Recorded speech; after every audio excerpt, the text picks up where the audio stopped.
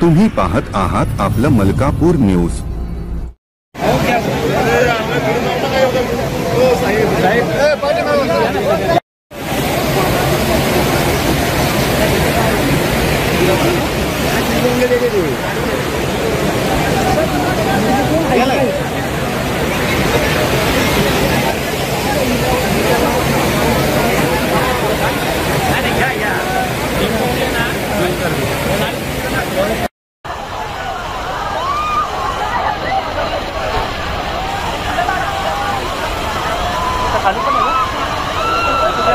त्रिवेणी का पुलिया टूटा है, 5 लोगों की मौत हो गई है, 25 लोग बह गए। मावळमध्ये जो काही एक पूल तुटल्याची दुर्घटना झालेली आहे। आता मी विभागीय आयुक्त, तहसीलदार आणि पोलीस कमिशनर यांच्याशी बोललो आहे।